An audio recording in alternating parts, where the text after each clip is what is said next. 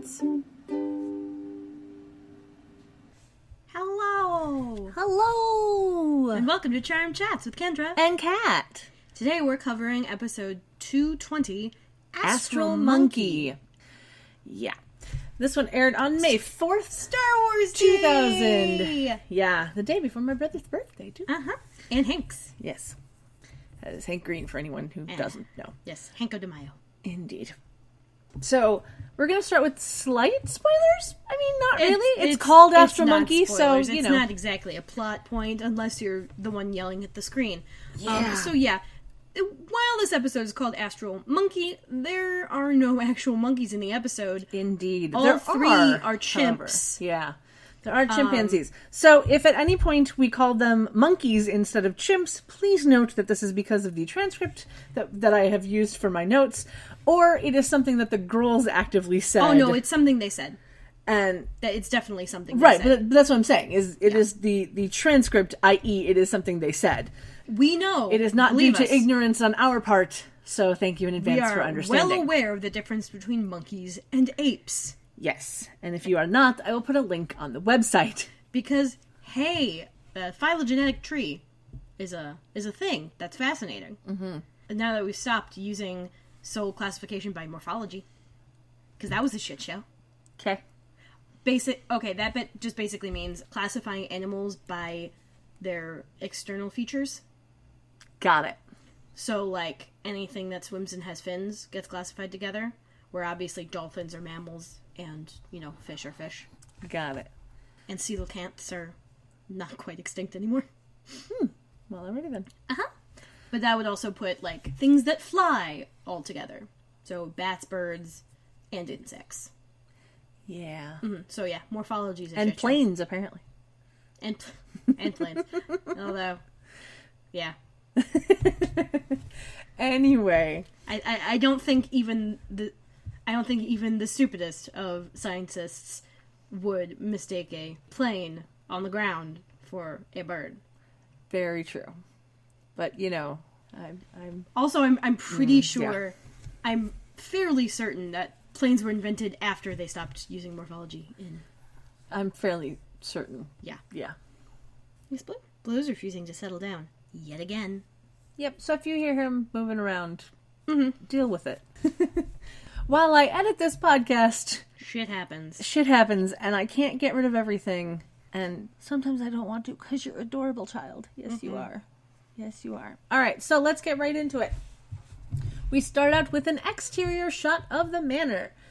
Phoebe walks into the kitchen. She is wearing a pair of light gray pajama pants and a white thermal shirt with tiny little red flowers on it. That's really cute. It was actually really, really cute. Thermal shirts were a big thing in, the early aughts. I definitely got a lot for Christmas presents. Yeah, that became, part a of pajama sets. Thing. And they were always way too fucking short in the torso.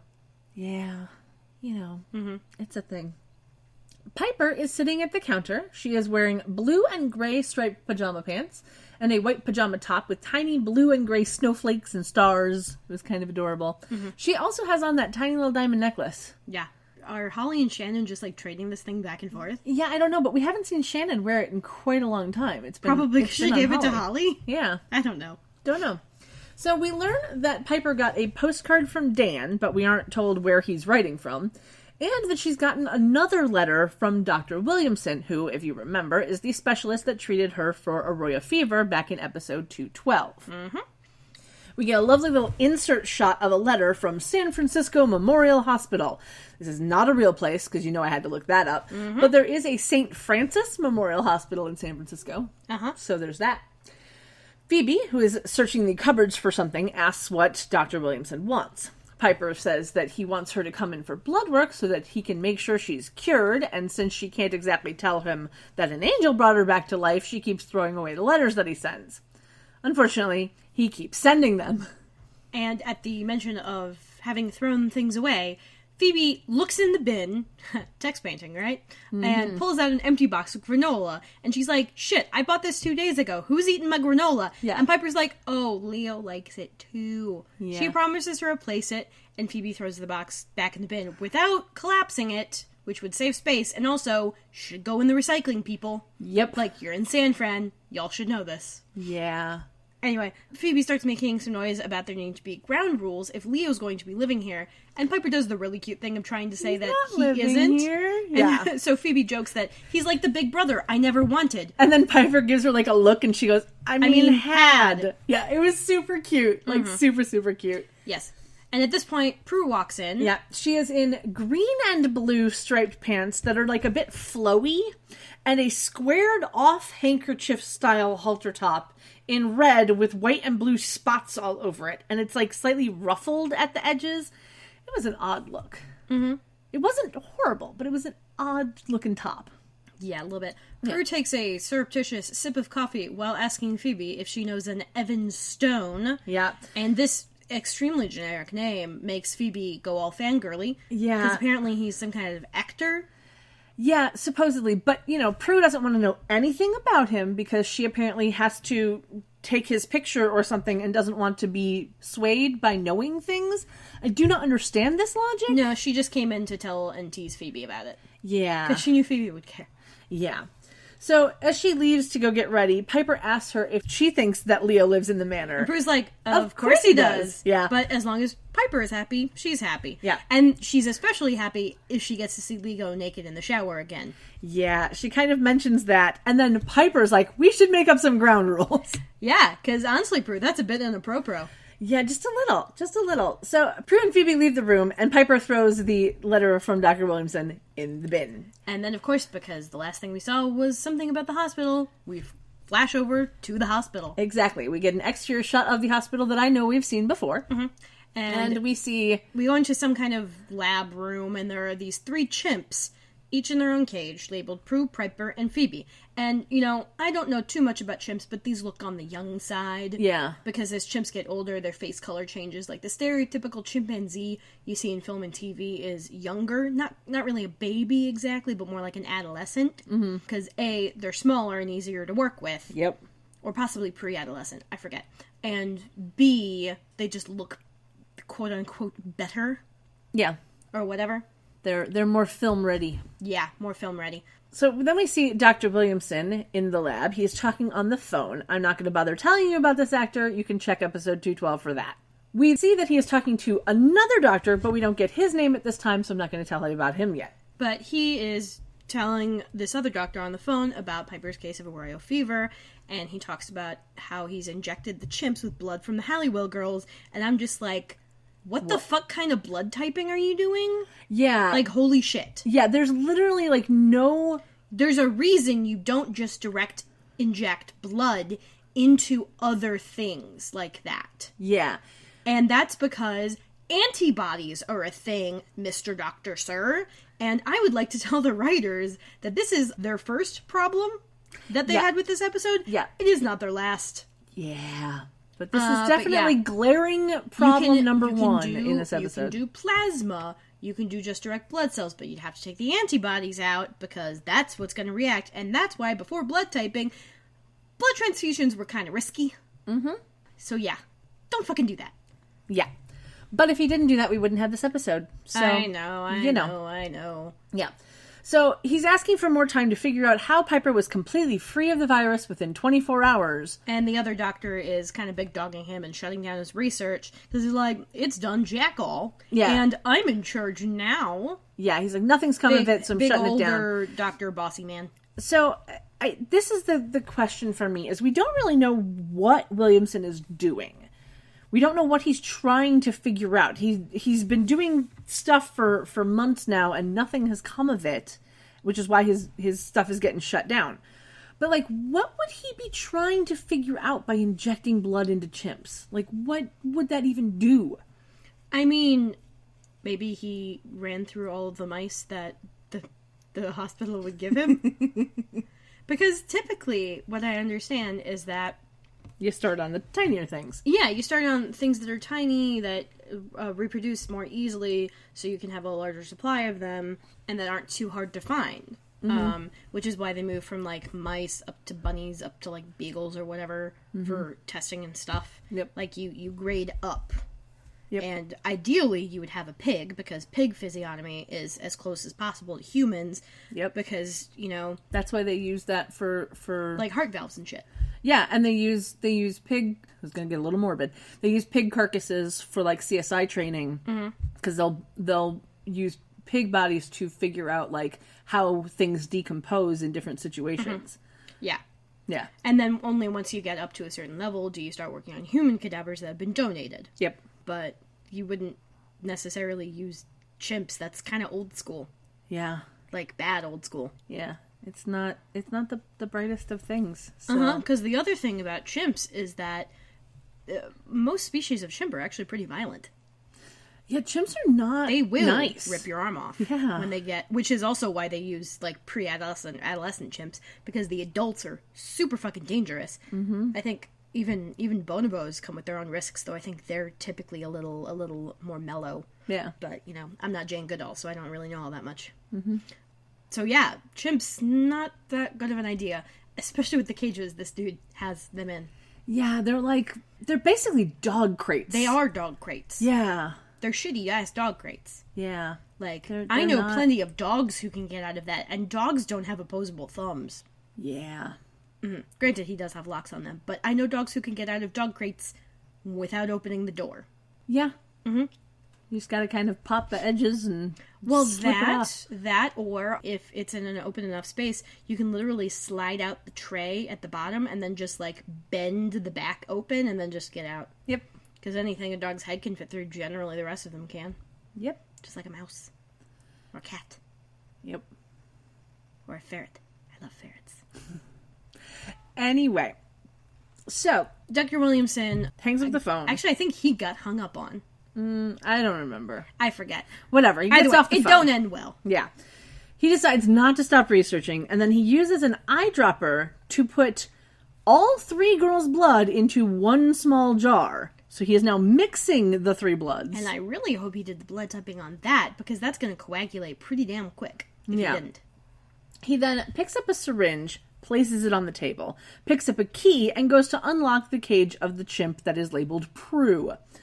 Now, there's a bit of a continuity thing with the viscosity of the blood throughout this scene, but I'm going to let it go because I just don't have the brain space to get mad at it right now. That's fair. So, the Prue chimp sticks his hand outside the cage. And does this cute little, like, wavy-looking hand motion. Yeah, and makes the syringe fly towards Dr. Williamson's neck. And then pumps the blood into him. And, like, Williamson grabs it and, like, pulls it out. And then all 3 chimps just start jumping up and down in their cages. And we go to the opening credits. Mm-hmm.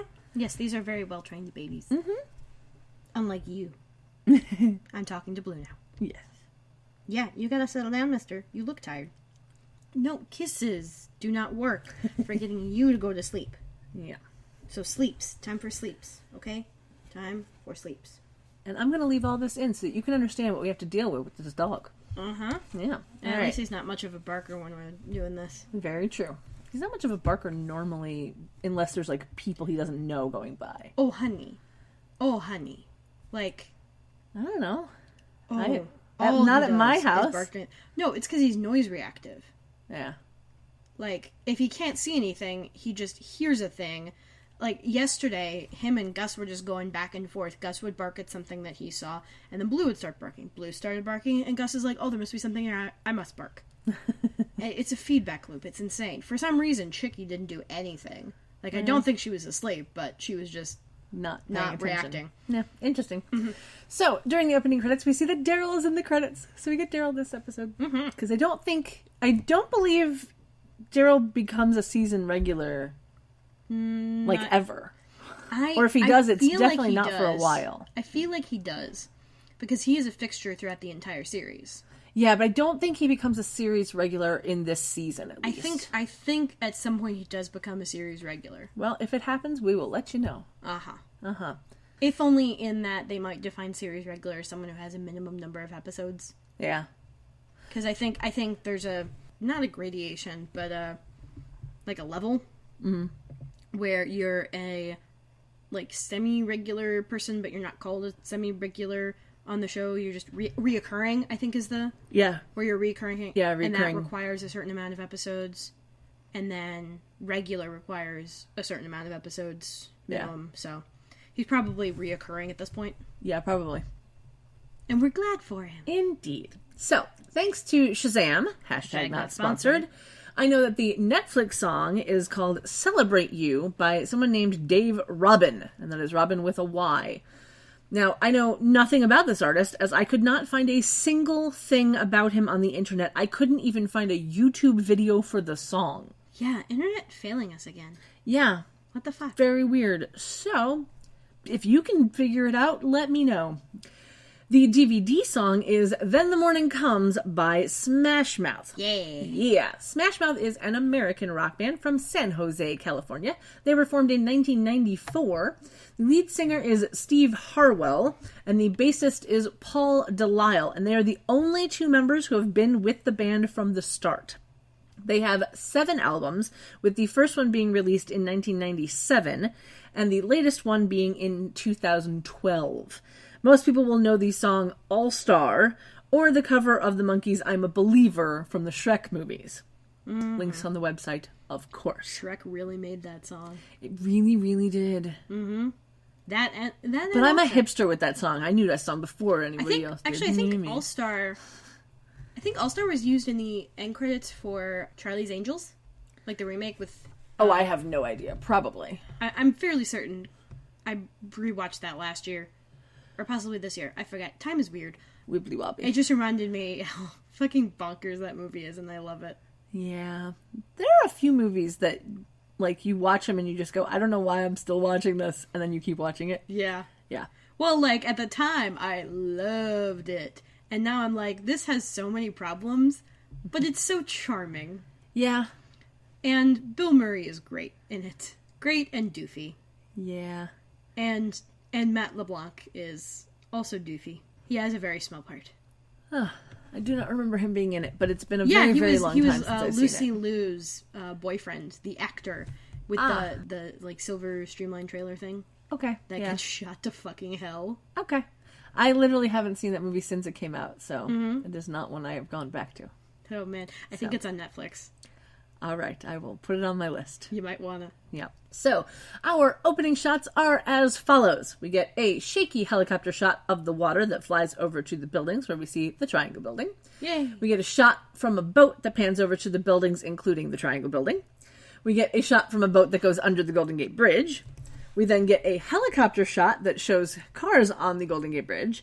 Then a shot of the Port of San Francisco from the water, and then a shot of the Port of San Francisco from the land that looks like it was taken from a moving elevator. It was very weird, and there's like a flea market going on. It was odd. Mm-hmm. But I do enjoy the fact that they showed us both sides of the Port of San Francisco. Yeah. So we got to see the sign from the front and then the sign from the back. It was just kind of an interesting thing, because we haven't had that shot before. Yeah. Yeah. It is interesting. Yeah.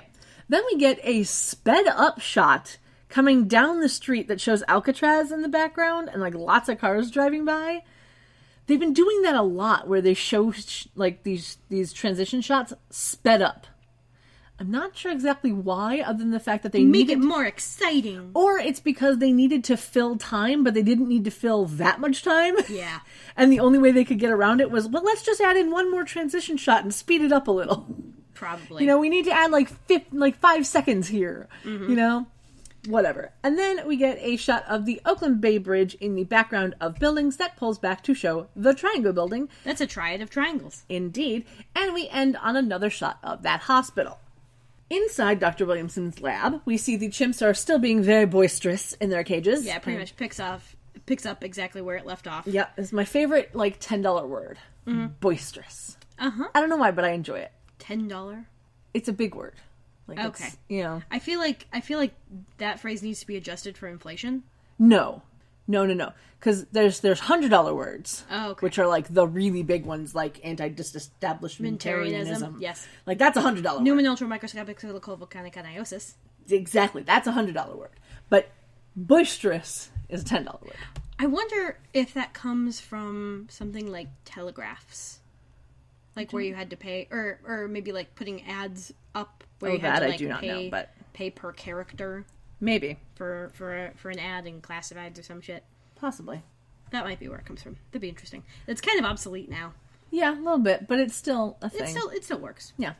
I will not be looking that up. I think now we use like SAT words or something. Yeah. Like, I will not be looking that one up, so if you want to look that up, go right ahead and let us know. Thaumaturgy. Yeah. But as a player of vampire games... yes. But, like, I didn't know that until I was hanging D&D. out a lot on freerice.com. Oh, yeah. That's a fun site. Visit it, people. It'll teach you words, and you can donate rice to hungry people. Yeah. Anyway. Dr. Williamson is putting a ridiculous, aesthetic-looking bandage on his neck to cover the wound. Yeah. He yells at the chimps to be quiet and points his finger at them, and then all these bottles of blood fly up and smash it against a cabinet. Yeah, and they're like... clearly, like, fake blood that's super watery. Yeah, well, this is why I say the viscosity of the blood changes throughout this entire thing, and you're just like, wait, that should have, like, coagulated, or it should have, like, just not been that red anymore. It looks like red paint got flung, is what it looks like. Like, it looks like very red. It looks bright, like watered red-dyed down corn syrup. Yeah, it's like watered down red paint is what it looked like to me. So he like looks at his hand, and then we get a panning shot of like the blood and the broken glass all over. And then Mr. Older Dr. Bossyman walks in. He starts to say something, and Dr. Williamson tells him to wait. Yeah. And he like puts his hand up, and the other doctor freezes. And it's like, very clearly like he was told to freeze. You can still see him kind of moving. Yeah. It's a fine enough effect because all that Dr. Williamson does is he's like, hey, wait, what's going on? And he walks around the dude, and then he somehow knows to, like, do that resume motion that Piper does with her hand. And then he starts to back up, and he's like, shit, how'd you get over there, dude? Yeah. So, in his confusion, we finally learned that this other doctor's name is Dr. Jeffries. So let me tell you about him real quick. The actor is Milt Tarver. There's a name for you. Oh, gosh. He was born on December 20th, 1943, and he died on December 30th, 2004. 10 days after his 61st birthday. He started acting in 1980, and his last role was in 2003. He did mostly single episodes of TV shows or TV movies, and he played a doctor on Beverly Hills 90210. So there's that. And in fact, in all of his 60 acting credits, 13 of them were doctors. Yeah, I can see that. He has that kind of authoritative, like doctor informative. Quality. Yeah. That you could either have him be like a lawyer or a doctor. Yeah. Or a scientist of some sort. Yeah. He looks like he would carry some air of authority, but not like military, not like police, but definitely he's a like... brain, not a jock. Yeah. So, Williamson unfreezes Dr. Jeffries, and then, like, that's when he notices that Williamson has moved, like, instantaneously, and is like, what's happening? Because then he notices all the blood on the wall. And this is where the scene gets just a little bit weird to me. Williamson says there was an accident. He deflects any questions on how he's doing, and we learn that Dr. Williamson's sister is sick. And at the mention of his sister, Williamson grabs Jeffrey's coat with, like, two hands in a very aggressive way. A very stereotypically aggressive way. Yeah, and, like, is like, I need to get in contact with the Halliwells. And then he lets go of his coat, and Jeffries is like, clear out of the lab by the end of the day. And then he just walks away. This would not happen. No. Like, there would be security being called. Like, there would be a whole mess of shit. Not just, you manhandled me, just leave. No. No. No, not so much.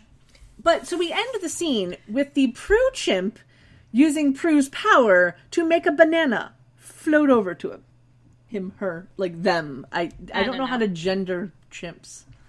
We don't get a good look at their genitalia, so I couldn't tell you. Yeah. Although I do know that a lot of. But genitalia does not make gender.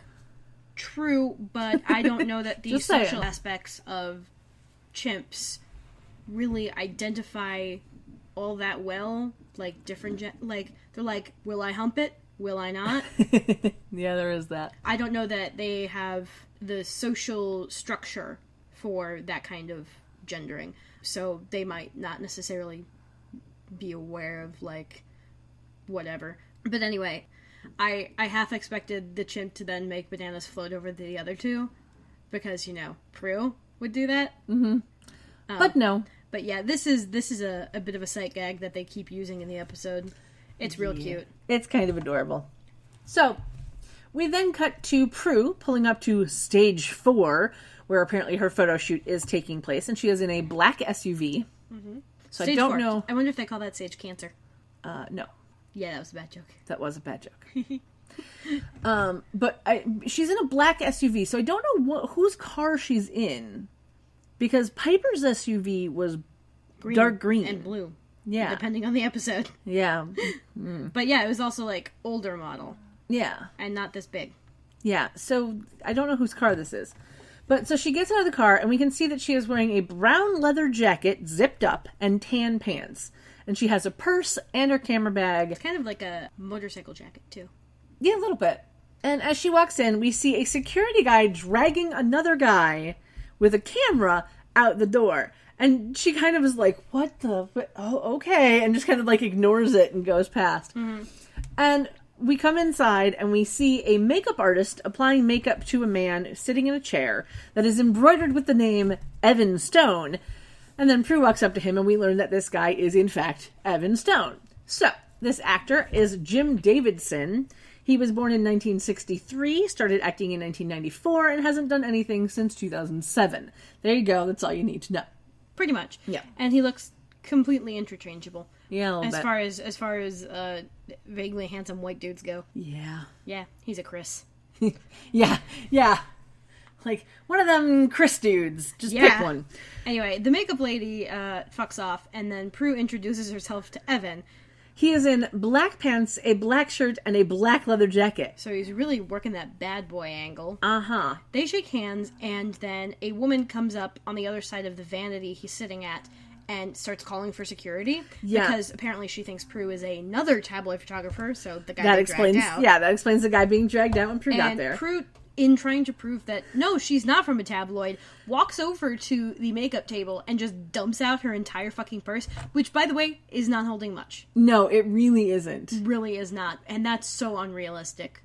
Well, For all you ladies who have large purses, like, you have the large purse because you want to carry lots of stuff. Yeah. I don't like having a mostly empty purse.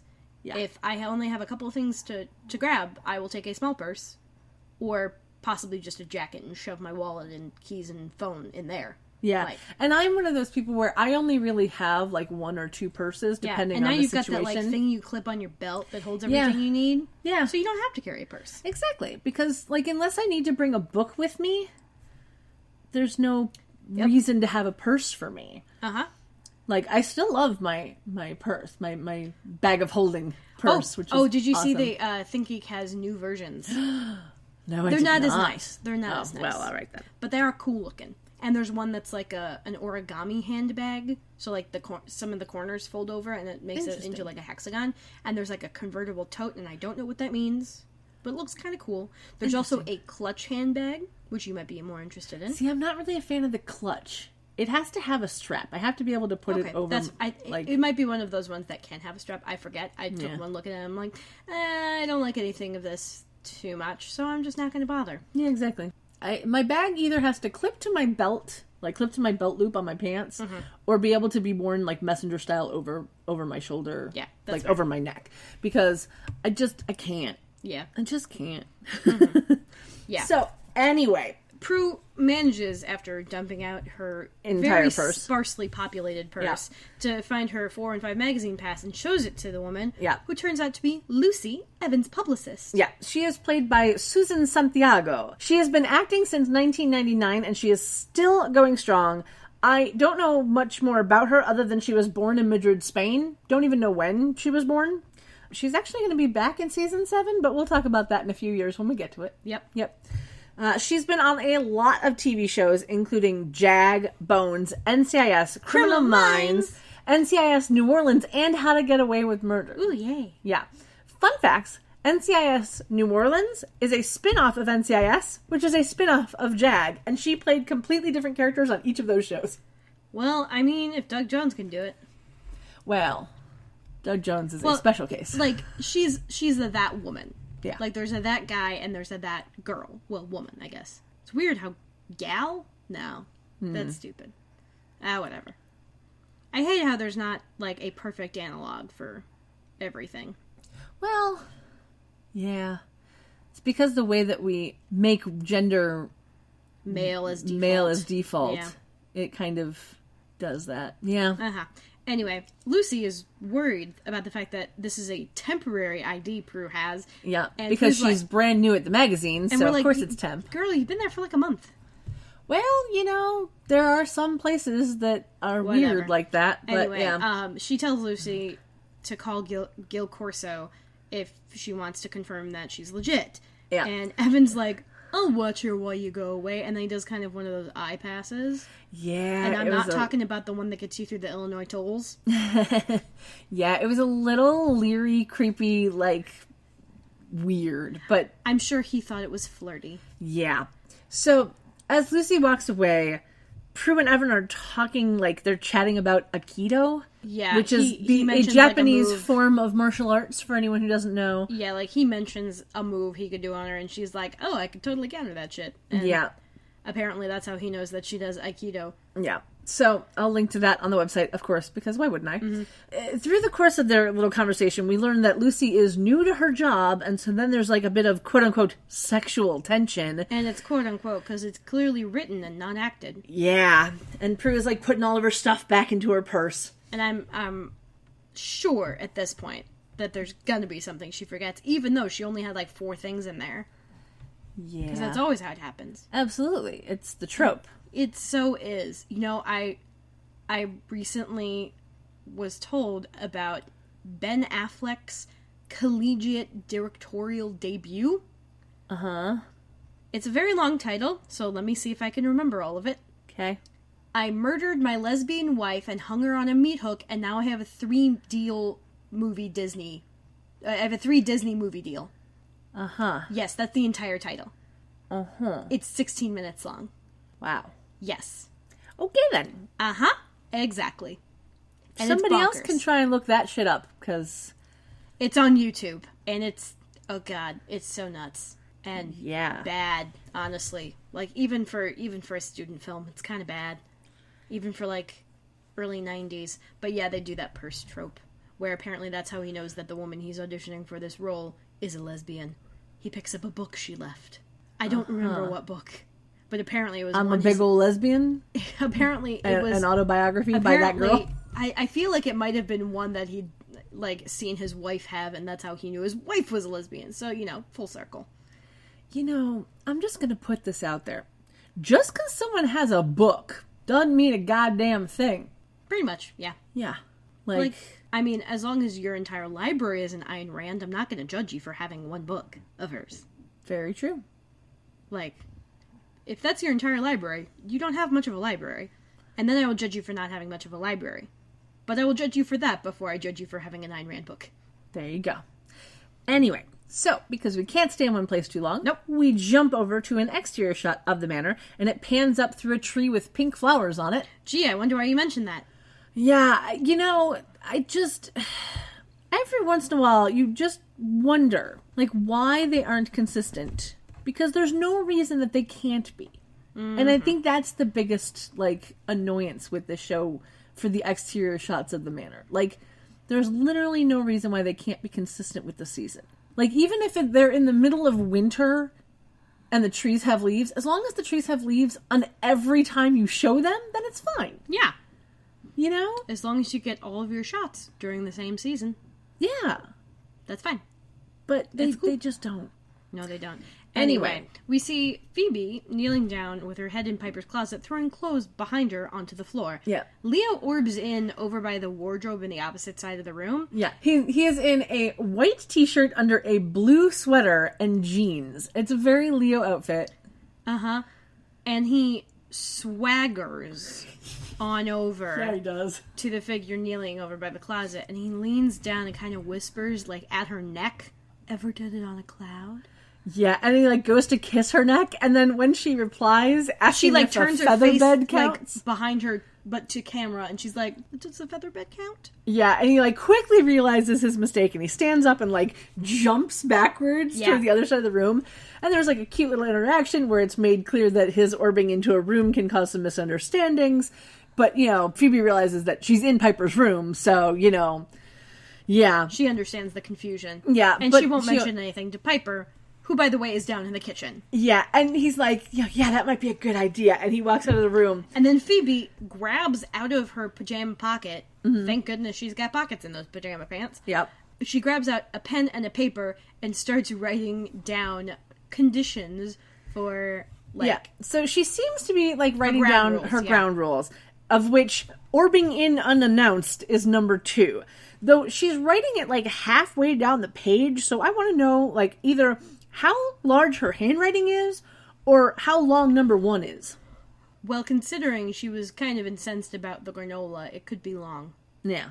It would probably be a thing about food that just she kept rambling on. Yeah, don't know. Because I would do that.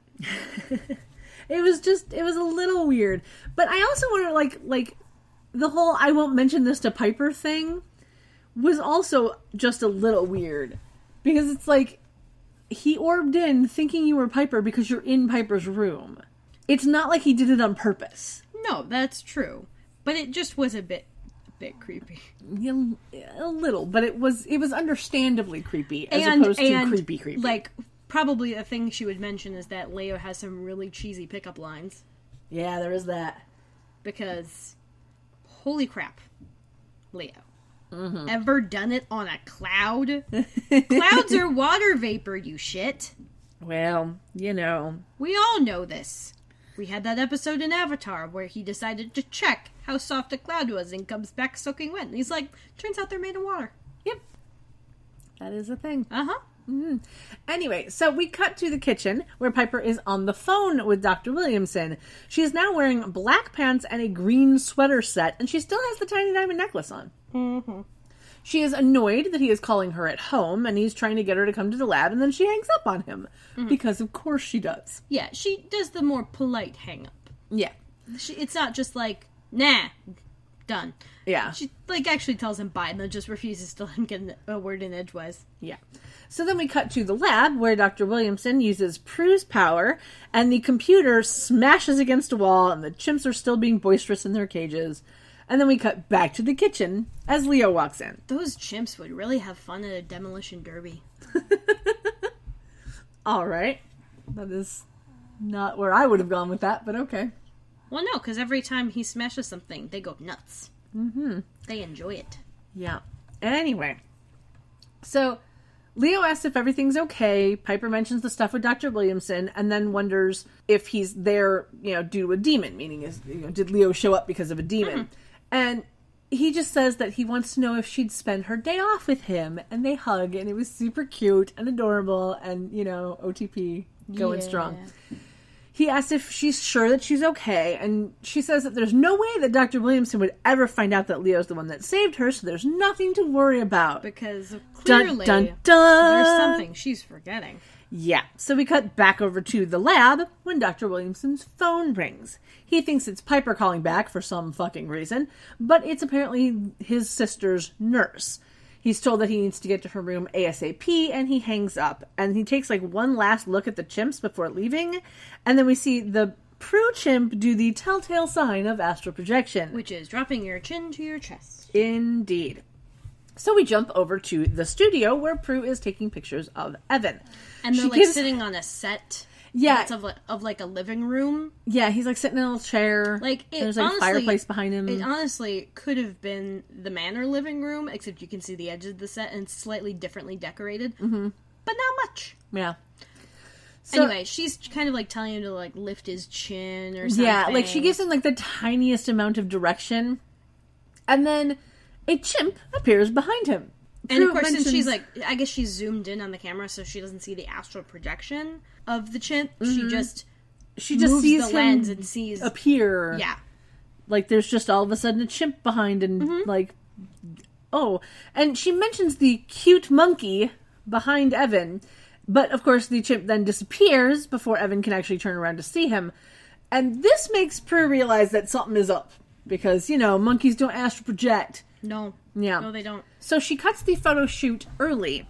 Where, literally, he's we just started. And she goes, yeah, totally. I got the perfect picture. Everything's great. Perfect shot. And she goes to leave. And she walks outside. And then a moment later, Evan follows her. Because apparently, guess what she forgot? Her keys. Yeah, and he has decided to bring them out to her. Florida. Yeah. Anyway, she reaches out to take them, but of course he drops them on the ground. And as they both bend down, he picks them up, and holds her hand and places them in there, and like whispers into her ear. Yeah, and we hear like a camera clicking, and we see a photographer sitting in a car nearby taking pictures of them. And he looks to be the same photographer that was dragged out of the building earlier. Mm-hmm. Yeah, they both stand up, and Evan leans in again to Prue and tells her she can take his picture anytime. Yeah, she thanks him and walks off, and we're left looking at the photographer in the car, like, nodding his head at the great shots that he just got. Oh, yeah, look at those steamy shots. Yeah. We cut over... Shots. Yes. We cut over to an exterior shot of the manor. Prue walks into the kitchen from the back door, and we can see that she is wearing a very tight... It's a crocheted top of the sort where the sections that go over your boobs are kind of triangular, and they're not made for someone with any kind of a chest. Yeah. So, yeah. She's kind of straining against this top. Uh-huh. A little bit. Little bit. Yeah. So, but this is underneath her leather jacket. And so then we see Phoebe. So how do I describe this top? It looks like a white cami covered by a white shrug that has beaded trim on the chest, giving her the appearance of a boob window. Yeah, there's basically it's odd, but not horrible.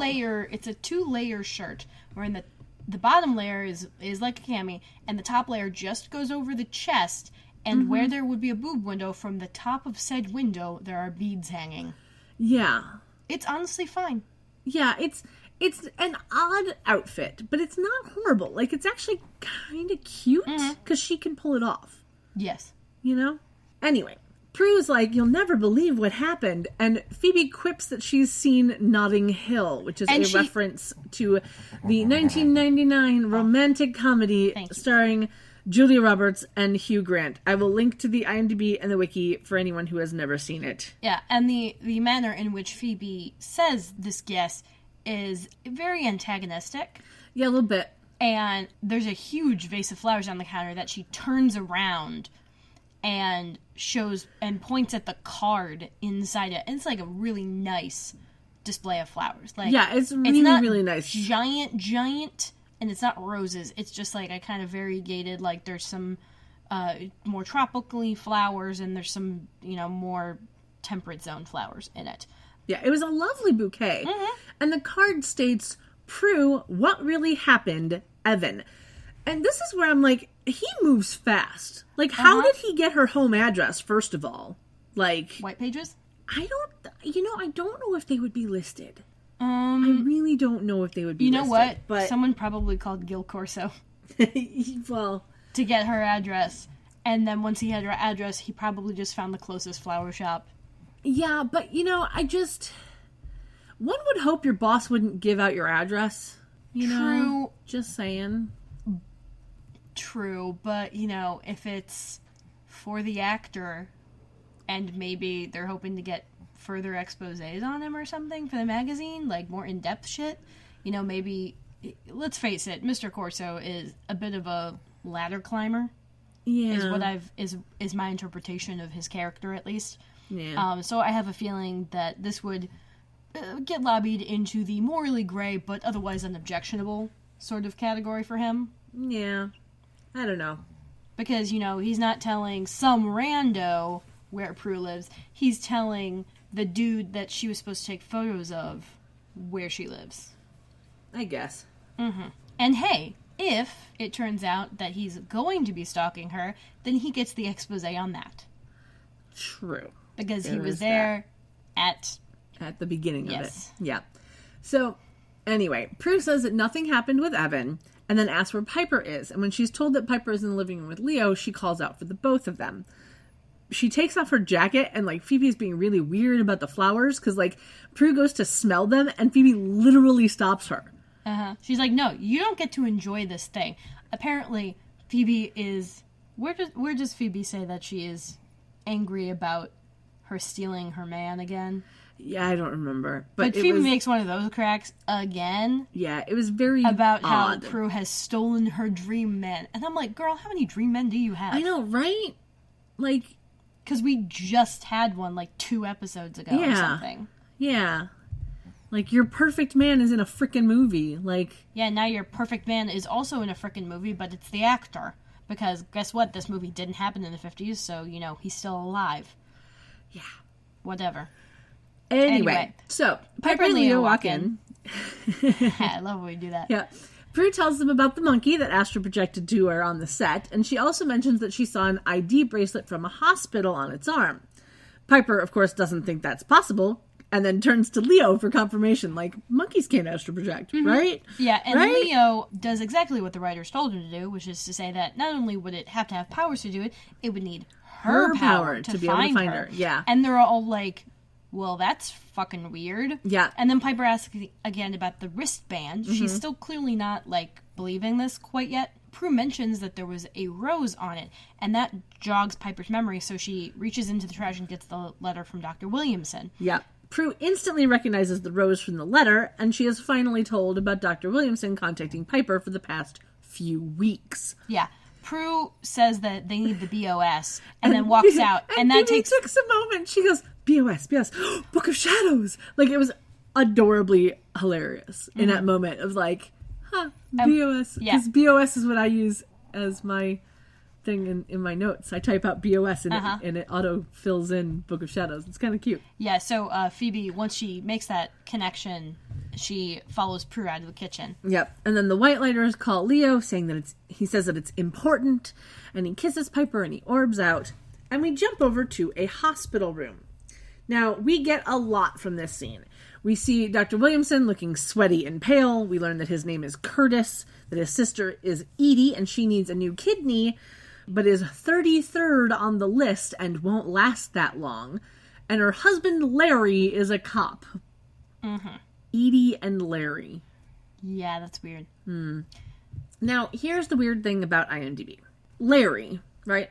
This actor is listed as playing a character named Barry, not Larry. There is no Larry on the list. That's very lazy of them. Mm-hmm. But his name is Jack Maxwell. He started acting in 1995, and he hasn't done much since 2015. What I find hilariously funny is that he hosted a show called Booze Traveler, where he, quote, traveled around the world seeking out the most adventurous and cultural drinking traditions, unquote. Why do I find this funny? Because the show is being listed with 45 episodes over 4 seasons, but he's only credited for 15 of them. So either he wasn't in all of them, or they just didn't credit him for it? Yeah. Weird. Yeah, super weird. Anyway, so since Dr. Williamson now has a first name, I shall use that interchangeably with Williamson. I shall also call him Curtis. So, Curtis is saying that there is nothing he can do to help his sister, and Larry Berry laments... Larry. Well, I'm going to call him Blairy, because that's also how he treats Curtis. He's very Blairy. Yeah.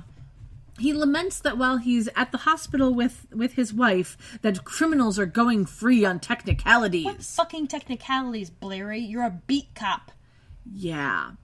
He's literally a beat cop. Yeah. He's the one who drives around in the fucking car patrolling. Yeah. You don't put the criminals away, you bring them in, and then you let the detectives and the lawyers and the system take care of it. Yep. Oh my god, like, how much of an ego does this dude have? Yeah. Well, holy shit. He goes to leave, and Curtis grabs his shoulder and has a premonition and immediately tells a nurse to get a crash team and a gurney because Larry Berry is going to have a heart attack. Larry! Yeah. When the nurse doesn't move, he, like, yells at her, and then she runs off to do as he asks, and, you know... Blairy starts to protest, and then he grabs his chest in pain because, guess what? He's having a heart attack. The doctors come running in, and they pull him up onto a bed, and they start to work on him, and the nurse asks how he knew, but Curtis ignores her. And then there's some, like, techno-doctor babble, and then Curtis leans over and whispers in Larry's ear that he'll save Edie, and he leaves. Now, one of the doctors that comes in is a female doctor. Mm-hmm. Is she the 13th one we've seen this episode? I don't believe so. That'd be too funny. That would be too funny. So, the nurse is played by Deirdre Holder. She only has 20 acting credits between 1997 and 2008. It's literally all I could find about her.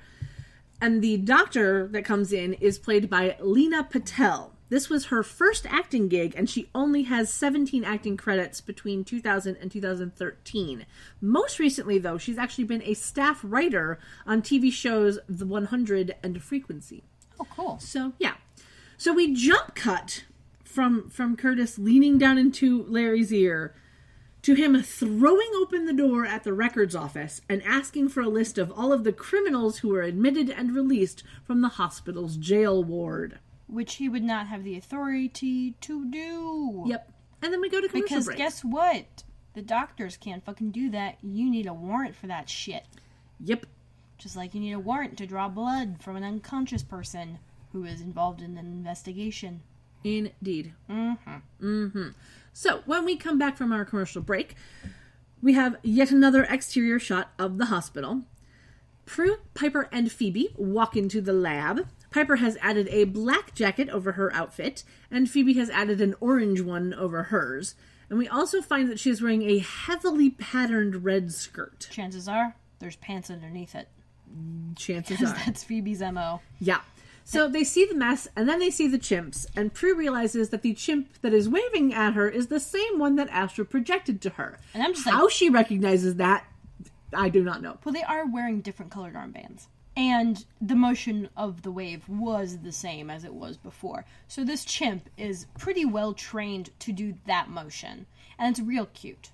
It's real cute. It is adorable. Oh my god. The girls walk over, weirded out by the fact that the chimps are named after them, and Prue tells them to look around and make sure that there's nothing there that can expose them. Prue and Piper start looking through all the files on a table that have their names all over them, and they realize that he's been trying to apparently find a universal antibody from their blood. Phoebe, on the other hand, ends up heading straight toward a sample fridge and Takes out their blood. Opens it and sees right fucking at eye level, a la convenience, a little rack with their 3 vials of their blood on it. Yeah. Which means that, he had to have put it back into the fridge after everything went flying, because it had been on the table. It had been on the table. But a la convenience, it's still intact for them to find. Indeed. So, as she takes the blood out of the fridge, the Prue chimp uses Prue's power to float over a banana. And the Piper chimp, who has realized that Prue chimp is only giving bananas to herself, is pissed with this, so freezes the banana. Yeah, it was kind of funny. It was hilarious. Yeah. And, those are the only 2 powers that they can visually see, so... Exactly. It'd be real interesting to have them show a chimp's view of what a premonition looks like. That would be kind of interesting. Because I just remember the episodes of Avatar where they're trying to go through Momo's view of what's happening. Like the one where they all get sick and have to lick frogs. Mm-hmm. Like they show what Momo thinks is happening, and it's very distorted, like with a fisheye kind of distortion, and the sounds are different, and he's clearly uncomprehending of what people are actually fucking saying. So I think it would have been a little more difficult for them to show a chimp having a premonition. Yeah. And not have it just seem like a human having a premonition of a chimp. Yeah. So they realize that Dr. Williamson knows at least a little something about them, and that they have to get the chimps out of there before somebody else stumbles upon them. So they unlock the cages. Phoebe picks up the chimp from the cage with her name on it and has a premonition of Dr. Williamson using Prue's power of telekinesis to fling the bottles of blood that made the mess in the lab. Piper then remembers that Dr. Williamson brought in the CDC and the media when she was sick, so they need to stop him before, more than just monkeys are in cages. Mm-hmm.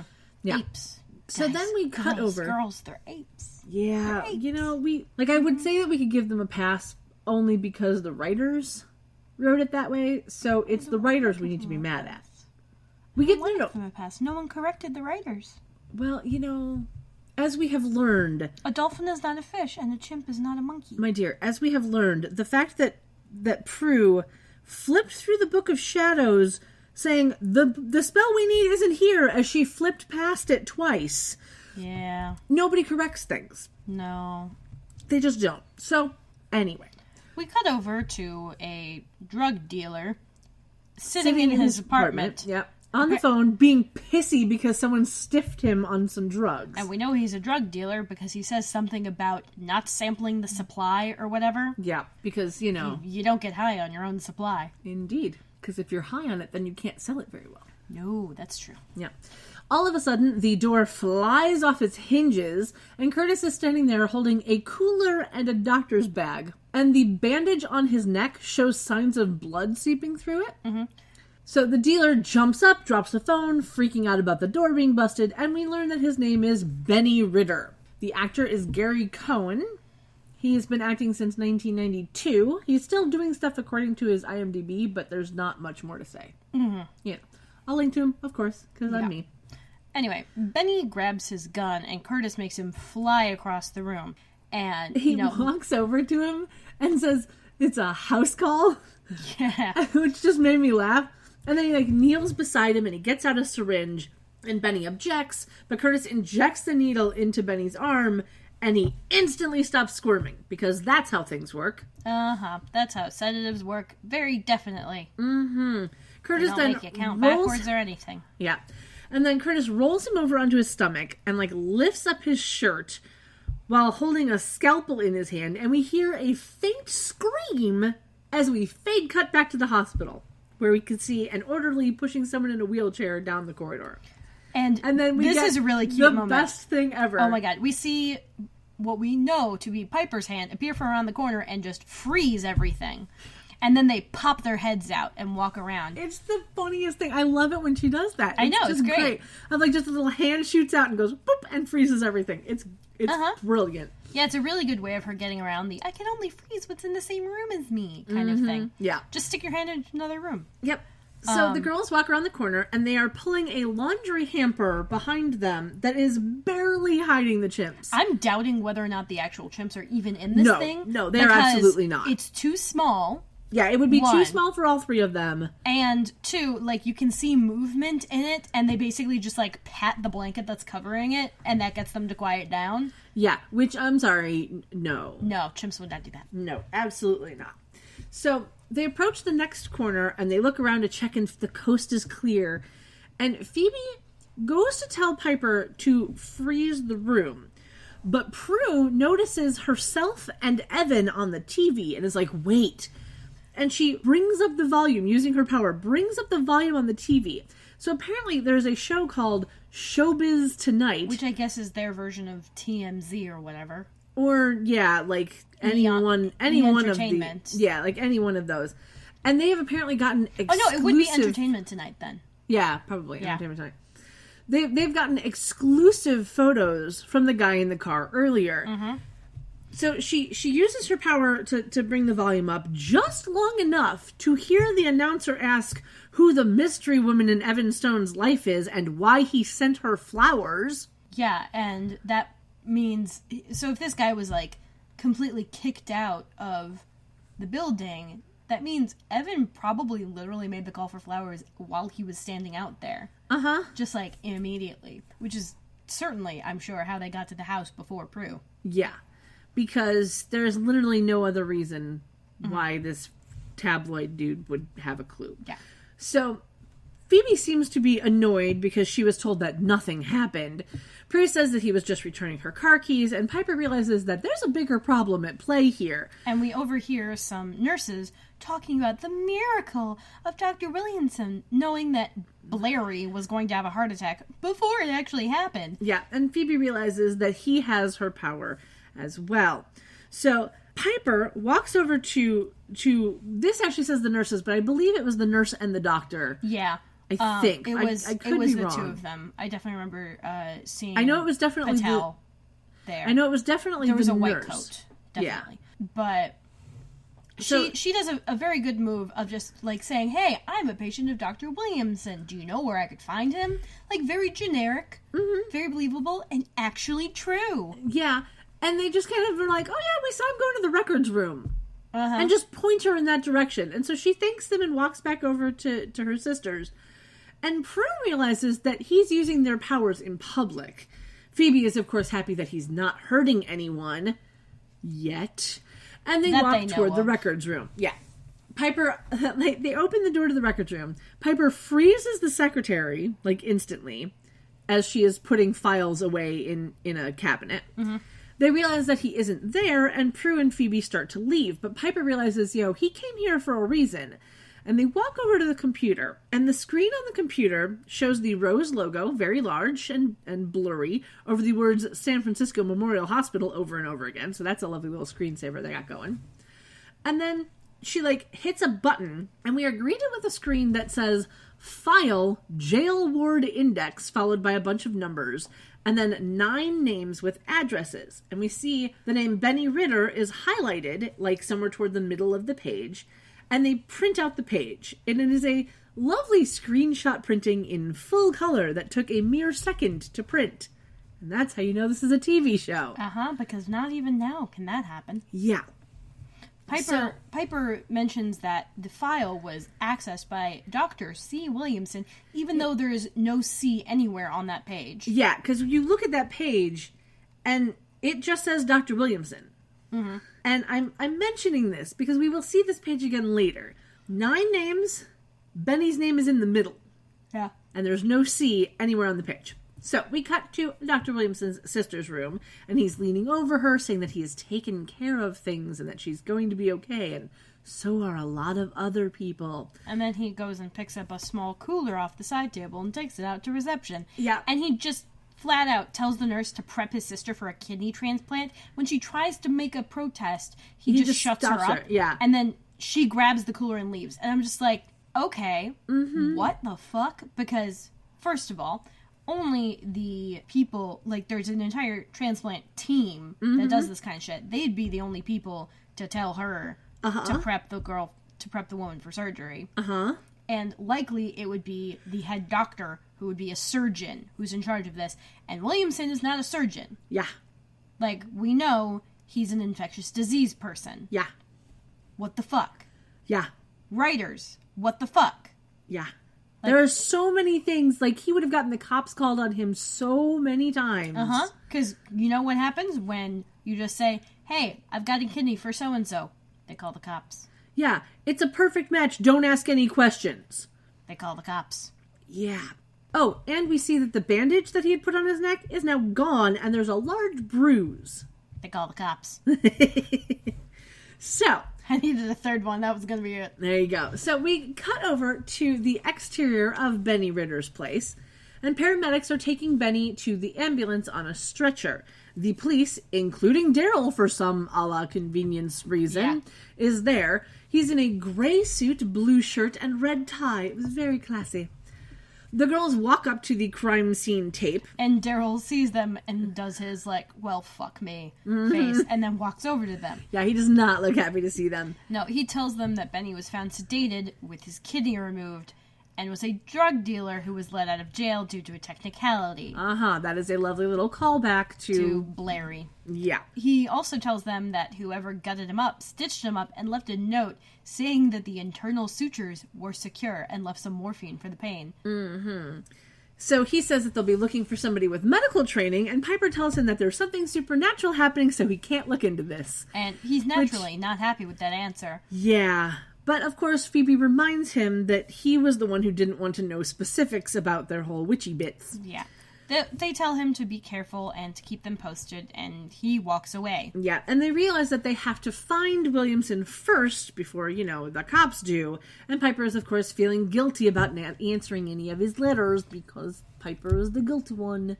Yeah, Piper constantly has a guilt complex. Yeah, and then we go to commercial Unless break. Phoebe does. Or unless Prue does. They all have kind of guilt complexes at one point or another. They do. It's they're either super duper happy or super duper guilty. That's usually... Yeah. Prue's complexes kind of range a little bit more. Phoebe's usually worried about the fact that she's clearly part evil. And that's her, entire cross to bear pretty much through the series, as I recall. Or at least most of the way through the series, I forget. Piper is just feeling guilty about shit she's done that wasn't actually all that wrong. And Prue is, I guess her issues would mostly be centered around loved ones lost. Yeah. Yeah, that's her main issue. Yeah, they all have their issues, but what can you do? Call Ghostbusters? Get them a magazine rack. for all of their issues. Okay. Yeah. I was waiting for that. Yeah. So we come back from our commercial break to Prue on the phone in the living room of the manor, and the chimps are running around the room, and Prue is trying to explain to Mr. Corso that she's not Evan Stone's girlfriend. And I'm wondering how many people are just, like, on the other side of the camera ready to corral these chimps. Mm-hmm. Because each one has to have a handler. Mm-hmm. Because one handler cannot handle all three of them. Yeah. Because they are large fucking animals. Yep. Like, not like hippo large or, like, baby elephant large, but, you know. Chimp large. Like, they're the size of a 4-year-old. They're a little bigger than that, but yeah. Well, they've got longer arms and stuff, but, you know, when Phoebe picks one up and just is kind of hanging it, like, it's about the size of a 4-year-old when holding them. So, yeah. I'd say they're, like, small children. Yeah. So And the parents definitely need to be there. Yes. So Phoebe runs in and she grabs a chimp asking for help. And it was a little bit more Alyssa than Phoebe in that moment. And it was super duper cute. Uh-huh. Like, so cute. If you can find, like, a clip of that someplace, it was adorable. Uh-huh. Piper comes in holding the Book of Shadows, saying that there's nothing there about mortals or animals having powers, let alone how to get the powers out of them. And then she picks up a chimp and kind of does the hip rest with it. Yeah. Prue is telling Mr. Corso that she'll explain everything later, and she hangs up. And, you know, I think it was funny, because I think one of them was like, except for the whole, you know, monkey part, right? And just, yeah, I think I'm going to leave that out. Yeah. Yeah. And then suddenly there are voices, and we see camera flashes coming from outside. Yeah, so Phoebe runs over to look out the window, and she realizes that there are photographers all over the lawn. And we're shown over a dozen people on the front lawn with, like, still cameras and video cameras. And when Phoebe goes to the window, we can see that she is wearing purple pants under her skirt. Fucking called it. Yep, and she has that belly chain on again. She likes it. Yeah. I mean, it's very Nicole Kidman in she Practical does Magic. like to layer weird shit. Yeah. Like, it's her thing. So she pulls down the blinds, like all of them, and then the doorbell rings several times, and she says that even more photographers are showing up. And they offhand mentioned that they're grateful no magic was caught in camera, and then right at that Leo. second, Leo orbs in. Leo orbs in, and she's like, until now, which is kind of funny. He apologizes, and one of the chimps just jumps up into his arms, and he's like, Okay, then. kind of bemused about it. Yeah, it was kind of funny. Like, you knew that, like, that Brian was expecting it, but Leo wasn't. Yeah. And so it's that, like, that half, like, what is happening? Oh, there's a chimp in my arms. All right, this is my life now. Yep. You know? So he apologizes, and then he says that he's there with bad news about Dr. Williamson, and then he hears the reporters outside, and they explain... the girls explain that the reporters are there for Prue, and they're like, let's go into the kitchen. Yeah, because apparently they are only in the front of the house and not around the back, apparently. So they walk to the kitchen. We kind of cut to them walking into the kitchen, and Leo walks over to the kitchen window and immediately tries to, like, close the curtains. The roughly little curtains that are over the window. Yeah, and, like, Piper hands Prue one of the chimps, and then Piper takes the chimp from Leo, which was just, it was like a lovely little, like, roundabout with the chimps. And then we get some exposition time.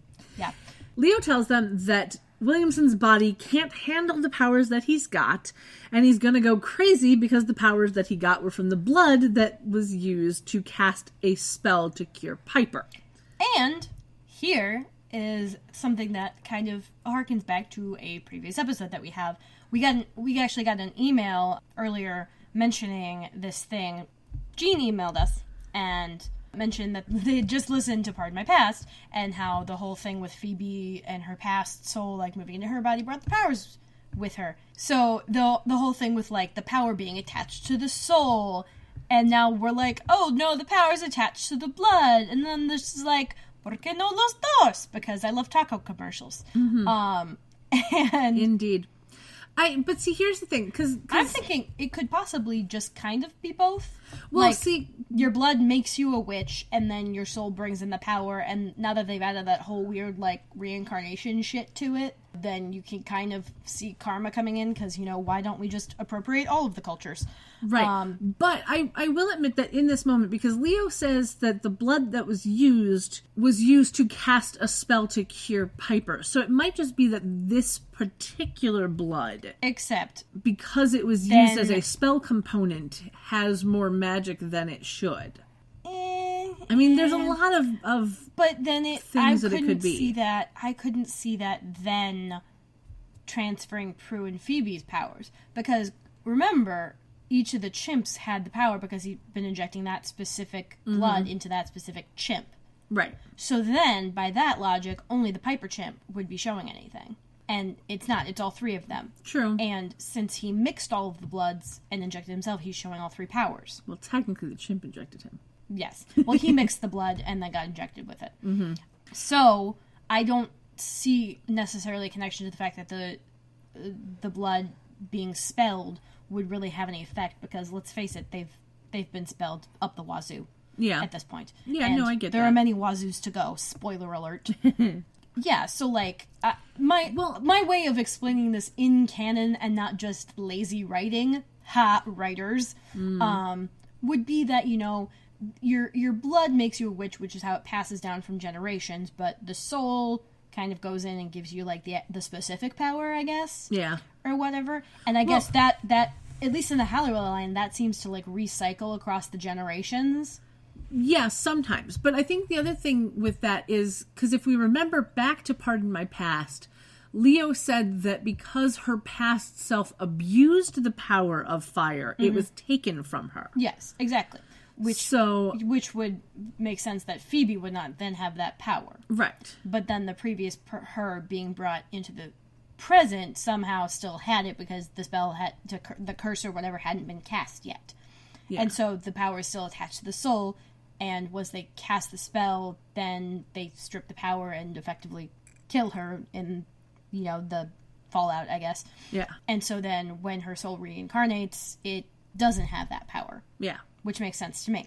Yeah. But then this whole blood thing, like, just, like, witch blood is somehow different from non-witch blood. Mm-hmm. Whatever. Yeah. It's... I'm gonna give them... Yeah. Somewhat of a benefit of the doubt, or at least I'm going to improve their world building for them and say that it's both. Yeah. Witch blood allows you to have powers, soul gives you the specific power. Yeah, I like that. Mm-hmm. I will headcanon that, absolutely. Mm-hmm. So Sweet. there you go. Okay. All right. Good discussing that.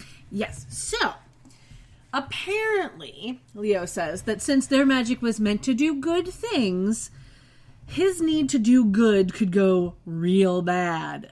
Because his mortal mind can't handle it. Nope. So Piper, of course, seems conflicted yet again, and Leo says that it's not her fault that Dr. Williams' actions are his and his alone, but that they still need to, you know, stop him. And Piper takes this with only salt. Yeah. She hands the chimp back to Leo. Phoebe says that she's going to make the power separation potion that we've had before, hoping that it will work on the chimps and the doctor because they've got witch's blood in them. Mm-hmm. And Prue realizes that she has to get rid of the reporters and go talk to Evan. And Piper needs to call Daryl and let him know what's happening. Yeah. So Prue tells Piper that she's going to need her help. And we cut to Piper opening the door. Yeah. The reporters mob the front door and start taking photos and talking and shit. Yeah. So Piper says something and freezes them. Yeah, she freezes them. Prue thanks her, and she, like, runs out, making her way through the people. Doing a nice little weave. Yeah, and then Leo walks up to Piper, asking if she's okay, and she, like, kind of recaps the last few hours, and then unfreezes the reporters. Now, so here's the thing. Leo wasn't there when she froze them, and now he is behind the door, so he appeared instantaneously in all of these photographs. Yeah. Just saying. She unfreezes the reporters, says that she's terrific, and closes the door. So what the reporters got were photos of Piper opening a door with nobody next to her, and then instantaneously somebody standing next to her in the door. Mm-hmm. Yes. Fortunately, these reporters are not as attentive as that dickbag we had last season. Yeah. I don't even remember his name. Doesn't matter. He's dead. Yeah. So then we cut over to Evan on set, and he's doing a fight scene with two other guys. And, a very cheesy, adorable fight scene. Yeah.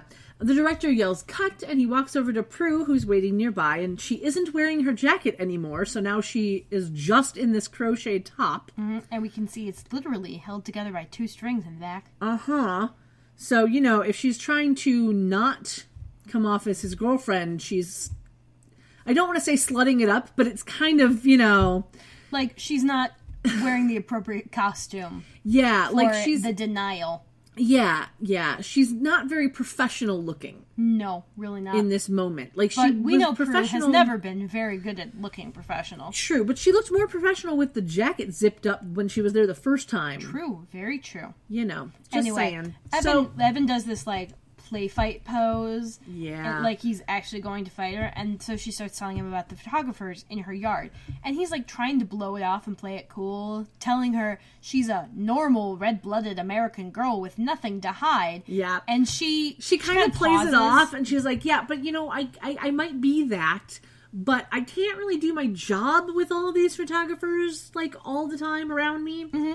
And he gives her a little advice about how the last thing you want to do with a person who has a camera trained on you is to fight them. Like, literally fight them. Yeah, and he says to just, quote, let whatever energy they're throwing at you just pass right on by, unquote. Yeah, she cracks about how she appreciates the wax on, wax off approach. Yeah, it's a lovely reference to the movie The Karate Kid, which I will link to the website to the 1984 movie, not the 2010 one. Y'all can find that shit on your own. Yeah.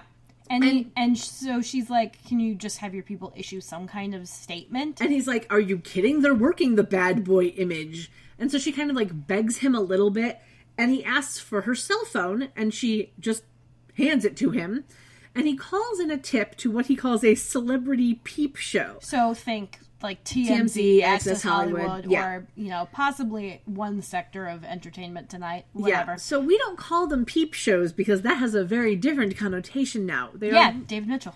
Yeah, they're mostly called gossip shows if they're called anything. Anyway, he puts on this fucking accent. This, like, lispy accent. Is the name Julius? This is Julius. Yeah. Oh my god. So he basically tells these people. I bet Julius has gone to the tanning salon way too much. So he's an orange Julius? He's an orange Julius. Yeah. Deep cut jokes. All right. So he basically tells this peep show, this gossip show, whatever, that his girlfriend is there. His girlfriend. Yeah, is at the It's almost a Stewie impression before Stewie Griffin. Yeah, a little bit. It was a little. He's basically saying, you know, get over to the stage because that's where they're going to be. And he hangs up and gives the phone back to Prue, and he tells her that she's got 15 minutes to get away before the photographers show up, and that he'll handle them by saying that he dumped her because he's going to play up the bad boy thing.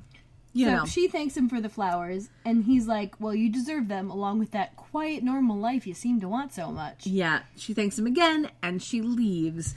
And we get the best transition shot that we've had in a while, because guess what, guys? We see a streetcar! That brings our total for the season to a very sad 9, and our total for the series to 37. The streetcar is passing a white building on a corner that I'm sure we've seen before. Undoubtedly. Yeah. So we go inside and we see Dr. Williamson is cutting into a man named Mr. McNamara. And the camera, pans down to see, a bunch of guns and bullets on a table. And Curtis says that this man is selling guns to children and he calls him heartless. And then he holds up an organ that's supposedly supposed to be a heart. Yeah, I don't... It didn't look like a heart, but he called him heartless, so I'm assuming it was supposed to be a heart, but God, I don't know. That's a bad pun. Yeah, and then we cut to Piper looking out the kitchen window. Phoebe, who has added an apron with a novelty pig motif on it to her outfit. Fucking adorable. She is making a potion. Piper mentions that the photographers are leaving, and Phoebe pours some of the potion into a baby bottle. This is apparently try number 8, which is a combo from 2 different spells. She hands the bottle to Leo, who gives it to the chimp that is sitting in his lap, and the chimp drinks some of it. So and then Phoebe picks up a banana off the counter and starts jiggling it in front of the monkey. She gets the Prue monkey, as she calls it, to look at the banana, and it uses Prue's power to make the banana start to float towards it. And then white orbs rise out of the chimp and the banana drops to the ground because apparently the potion has worked. Everyone gets excited and except then the chimp doorbell rings. Who really wants that fucking banana. Yeah. Doorbell rings. Piper hands her chimp to Phoebe and goes to answer the door. It's Daryl! Yay! Yay! He wants confirmation that he's not hunting down a demon, which Piper gives him, and he says that in the past 4 hours, Dr. Williamson has dropped off 2 more coolers at hospitals, and he's no longer bothering to stitch up his victims. Which makes sense if he's taking a heart. He asks where the doctor can be found. Piper says she doesn't know, and he kind of puts 2 and 2 together and realizes that the doctor is using their powers to get in and out of the hospitals without being seen. Piper says that they found a way to stop him, and Daryl does the whole macho, like, not if I stop him first thing. And Piper very concernedly asks Daryl not to kill him and, just please stop. Yeah. Daryl's like, dude, even though the people he killed were criminals, no one deserves to die that way. And Piper's like, Daryl, you could be killed. Yeah. Like, you honestly could be killed. This is not a situation you would ever be prepared for. Yeah. But he leaves, and then she realizes that she recognized the name that Daryl mentioned as being on the jail ward list, which she pulls out of her jacket pocket, and then she calls for Leo and Phoebe. And they walk in, and Piper's like, I know where he's gonna be. Now, here's a continuity error. The list, as we see it this time, only has 5 names on it, with Benny Ritter's being the first one on the list, and now there is a C in the Dr. Williamson's name. Oh, well. Yeah. There's also another bit of a continuity error between the page in the show and the IMDb credits.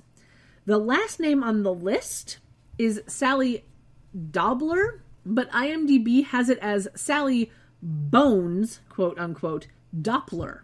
With a P. Yeah.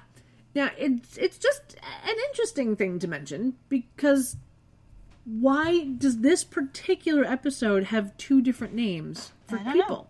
I don't know. Do we ever see this woman? We do. We actually see her. Oh, right, yeah. In the next scene. So, since we're about to see her, let me tell you about the actress. Her name is Karen James. She was born in Sydney, Australia. In 1968. She's been acting since 1978, and she was still doing stuff as of 2016.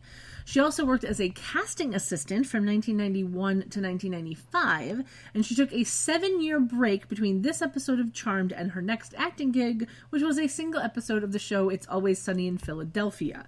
She's mostly done single episodes of TV shows or TV movies. Coolio. So there you go. So, we get an exterior shot of a warehouse-typey building, and inside we see Sally, whatever her last name is, taking a screwdriver to a piece of computer equipment. She's yelling out for someone named Bobby and, complaining at him. And when the camera pans over to Dr. Williamson. He's holding a cooler and his doctor bag. And he's looking a little bloody. Glisteny. Yeah. He's apparently already killed Bobby and has put some part of him into the cooler. Uh-huh. Yeah. Yeah, he puts down the cooler and gets ready to use Prue's power on Sally. And then he suddenly flies across the room as the girls walk in. Yeah. Prue tells Sally to get out, which she does, but not before grabbing a few of the computer parts. And I'm just like, okay, no, this is, really good acting on her part. Because, it's unrealistic for someone not to want to take shit with them. And most of the time when you get someone in a show telling a random actor to run, either you're going to get them immediately running or you're going to get them going, wait, what's going on? What's happening? Which is just stalling. And she's completely no nonsense about this. She's like, okay, great, I'm going to grab what I can grab. I'll see you guys later. Yeah. So, or hopefully I won't see you guys later and all this will be done. Indeed. So, let's skim through this bit, shall we? Piper tries to tell Dr. Williamson that he's sick, but they have medicine to make him better. She holds out a potion for him, and he makes her fly across the room. The potion goes skittering across the floor. So one of the rare instances when the bottle does not break. Indeed. He then flings Prue away as well. Phoebe goes to check on Piper, and he walks toward her.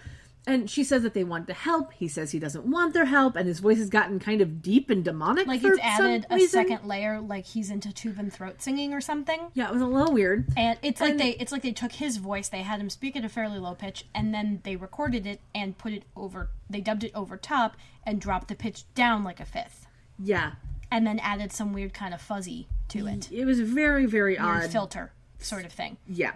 So as payment for the quote unquote monkeys. Phoebe punches him in the face. She then goes to give him some other payment for her sisters in the form of a kick, but he makes her fly across the room and knocks her out.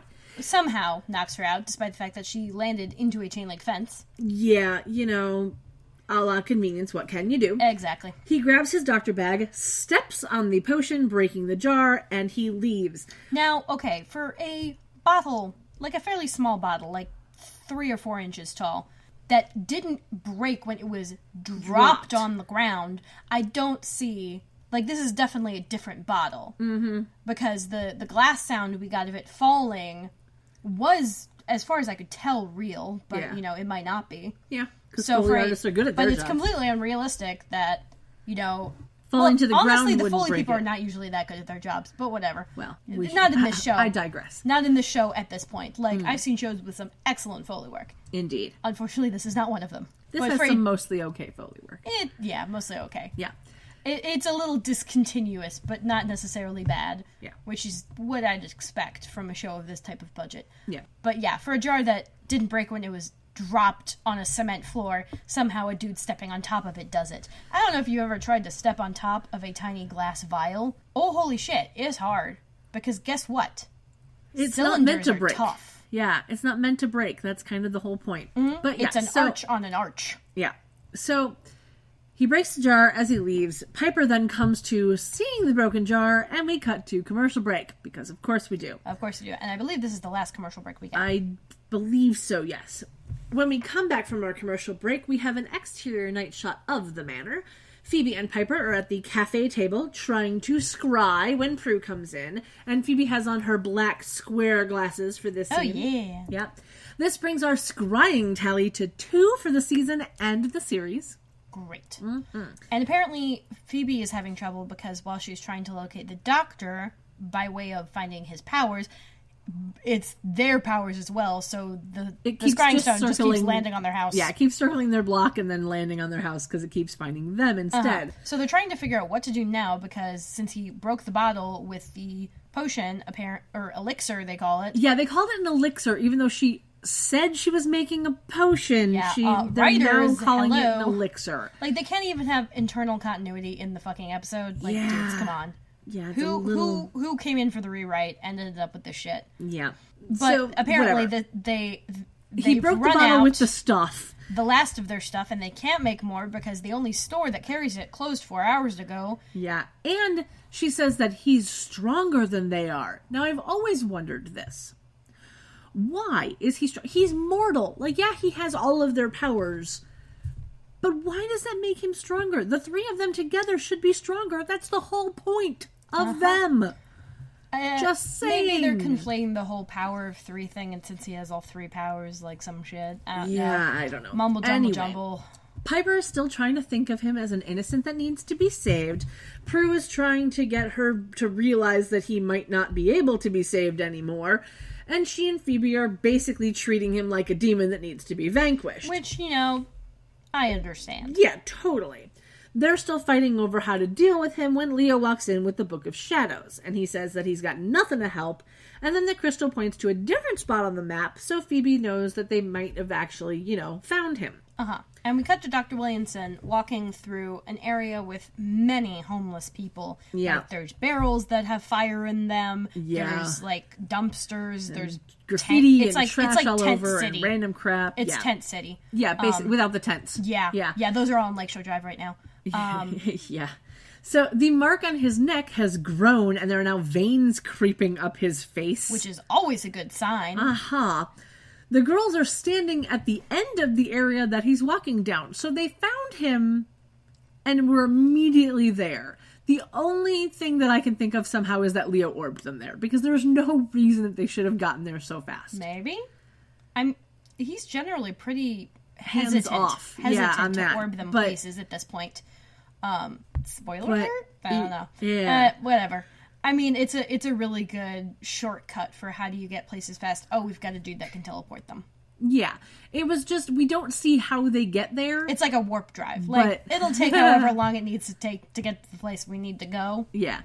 And if it takes longer, then we have, shit to do in the meantime.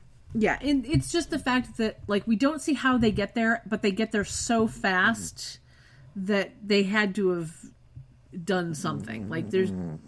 All right, Blue. Hey, Blue. Okay, that's enough of that noise. There's no, like, real reason why they should have gotten there that fast, other than a la convenience. Yeah. Just saying. Anyway, so Piper tells Curtis that he has to stop hurting people, and he goes to throw a scalpel at them. So Prue uses her power, and it flies out of his hand and embeds itself in a piece of wood. Yeah, and all of the homeless people, like, and run. It was like one of those effects that clearly was, like, filmed in reverse. And just... Yeah. So a pretty fucking decent effect. Yeah. So all the homeless people book it. Yep, they book it out, and then he uses Prue's power to fling a circular saw blade that just, is a la convenience sitting in a box. Sitting in a rando box. And it's a large circular saw blade. Yeah, it was really, really big. And somehow he imparts it with spin. Yeah, and he, like, flings it straight toward them. Piper freezes it and then goes to freeze him, but he's fighting through it. And he makes yet another saw blade fly toward them. And Prue uses her power to stop it. And it, like, continues to spin in one spot. And so they're both trying to use their powers, and they, like, are pushing it back and forth between Dr. Williamson and Prue. Yeah, and there's a bit of back and forth between the girls about how Piper cannot unfreeze the blade that she's got. And Prue's like, okay, fuck it, we're done playing around. She tells her sisters to duck, and they all do, just as the blade unfreezes, and the two blades fly into the wall behind them. Yeah, and one of the blades, like, ricochets... It's the one that Piper had frozen.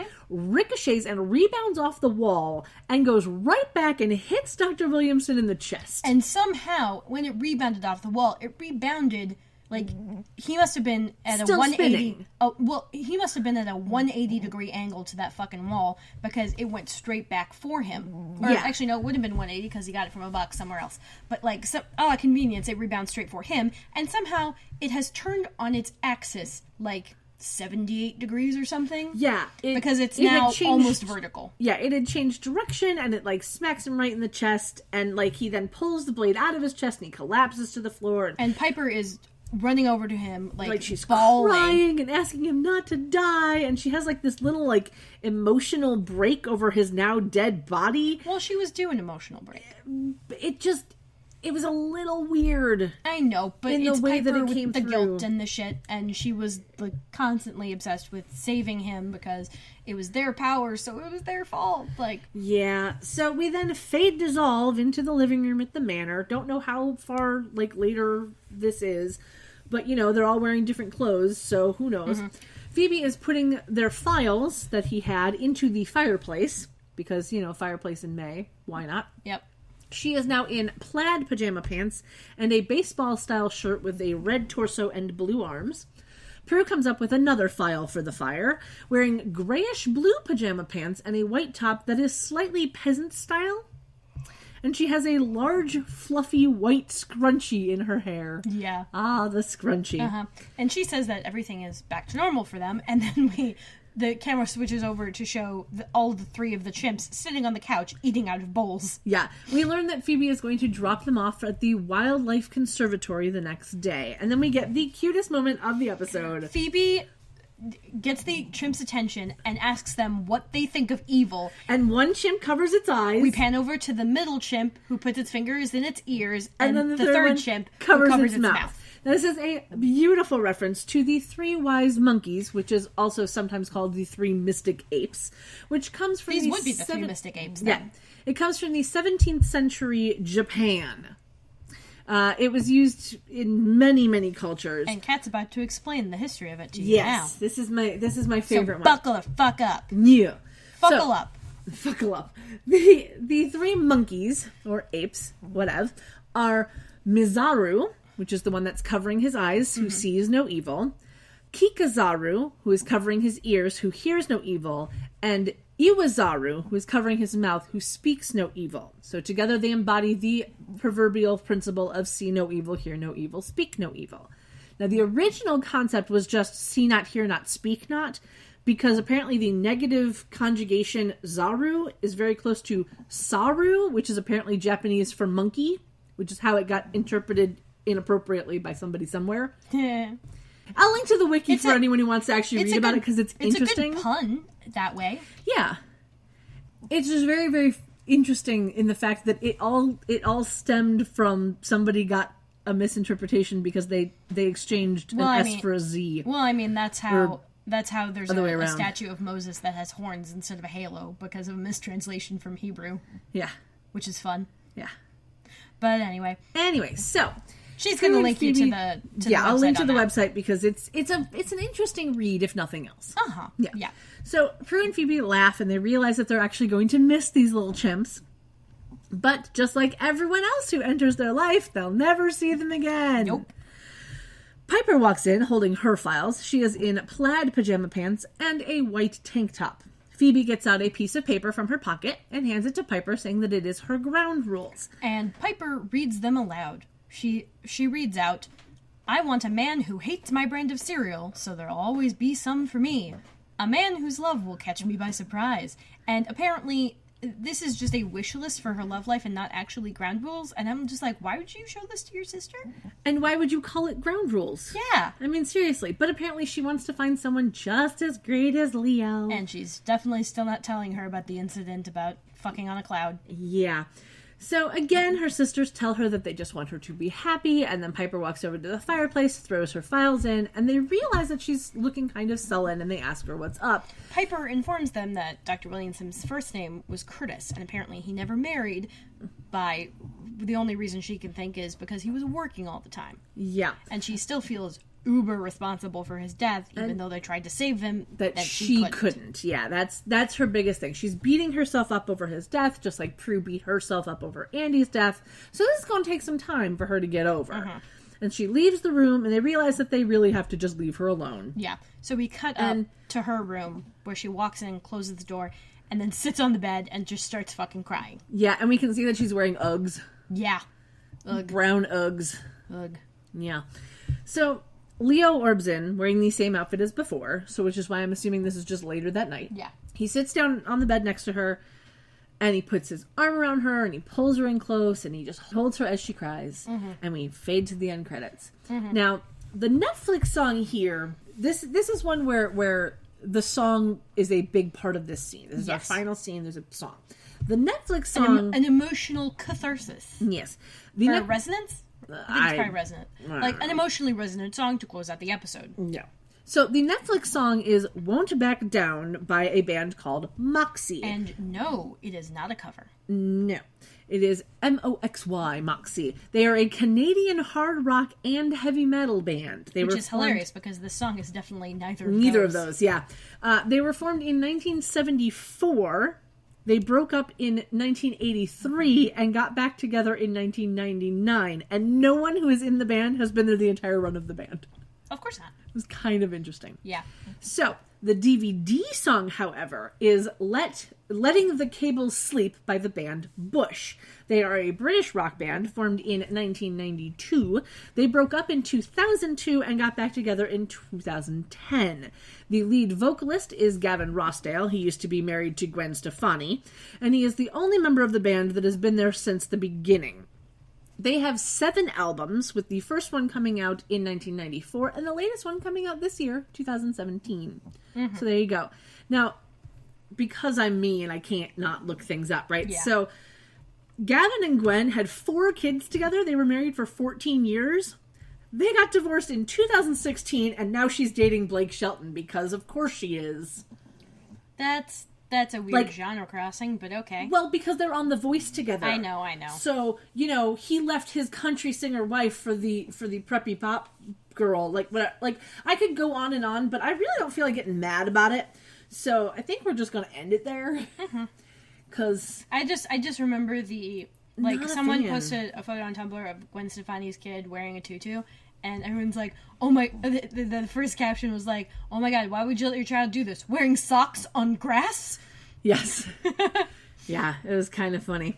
Because honestly, that's the worst part of that photo. The kid's wearing socks and he's on the lawn. Indeed. So, with the episode done, and all of the insanity from Gavin Rossdale and craziness and whatever, we are on to our ratings portion of the day.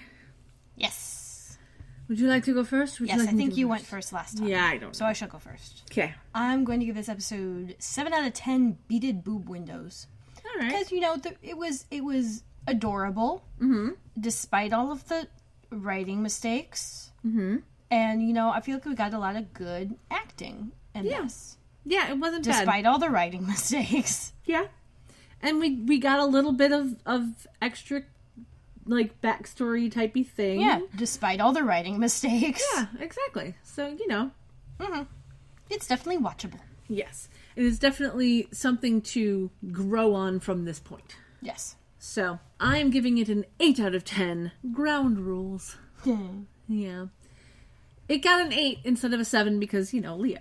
Yeah. Leo always gives me an extra, just a little extra. Yeah, Leo bumps you up a point automatically. Yeah, he just does. It's a thing. Mm-hmm.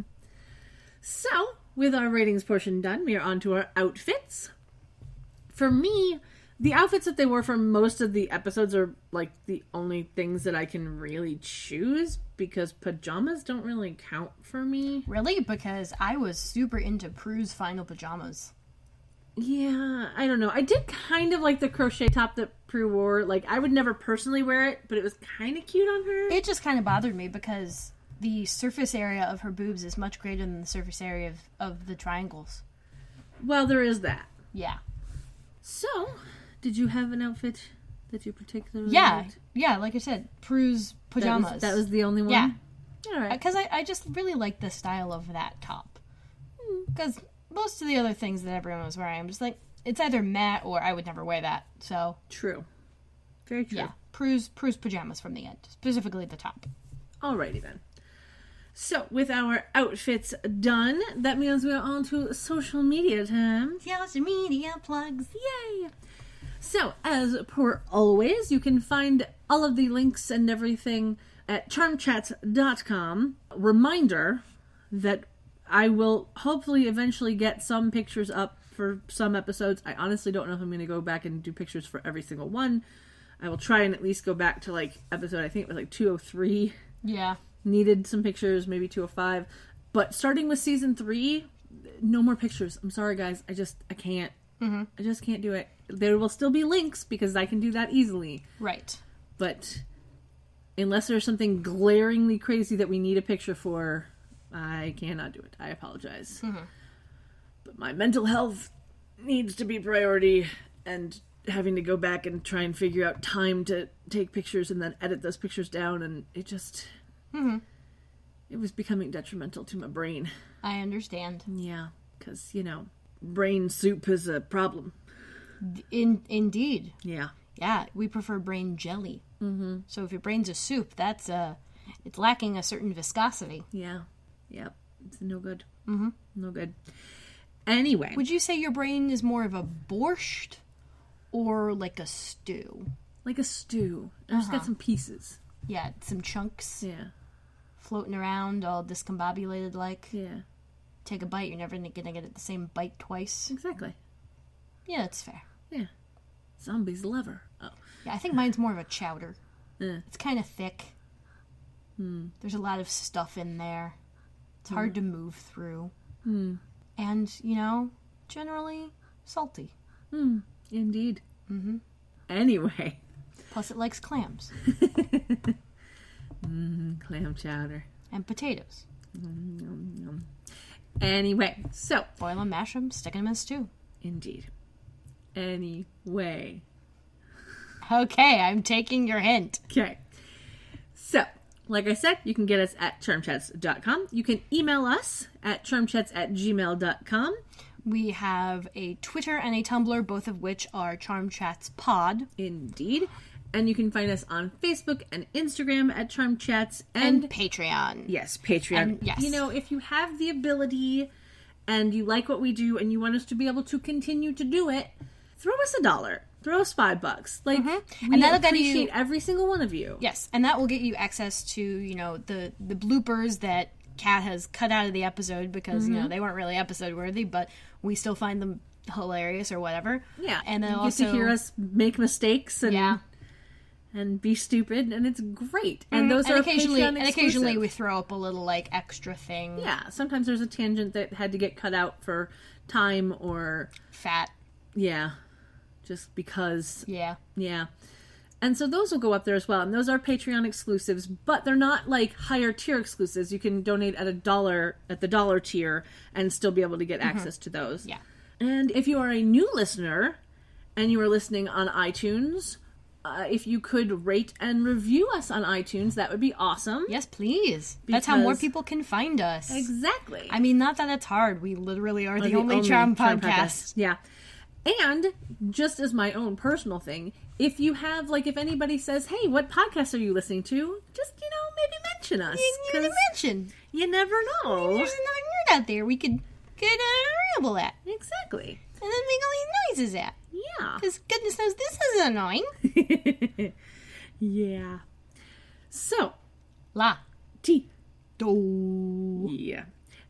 On that note, I do believe we are done for yet another episode. Indeed. Yes, indeed we are. Indubitably. Aha. So, until next time. Sleep tight. Don't let the warlocks bite. Or the chimps. Yeah. Bye. Bye. Phoebe, Piper, and Pooh, they've got evil to slay and some potions to brew. So we'll see where it's at next week with Kendra and Kat.